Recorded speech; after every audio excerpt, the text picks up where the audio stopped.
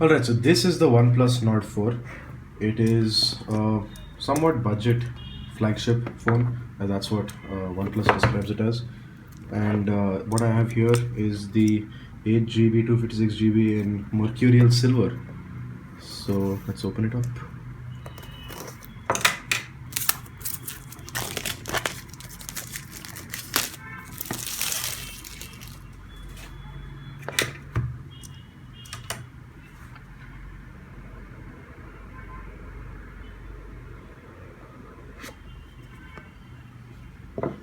Inside the box, we have the manuals.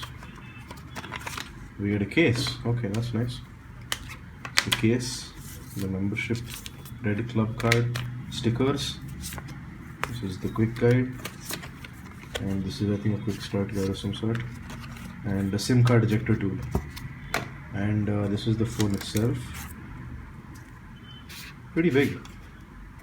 And yeah, and under this, here's the cable, and here's the power adapter. This is a 100-watt power adapter. So the phone has a 5500 milliamp hour battery, and this can fast charge in half an hour from 0 to 100%. And this is how the phone looks. Looks pretty good.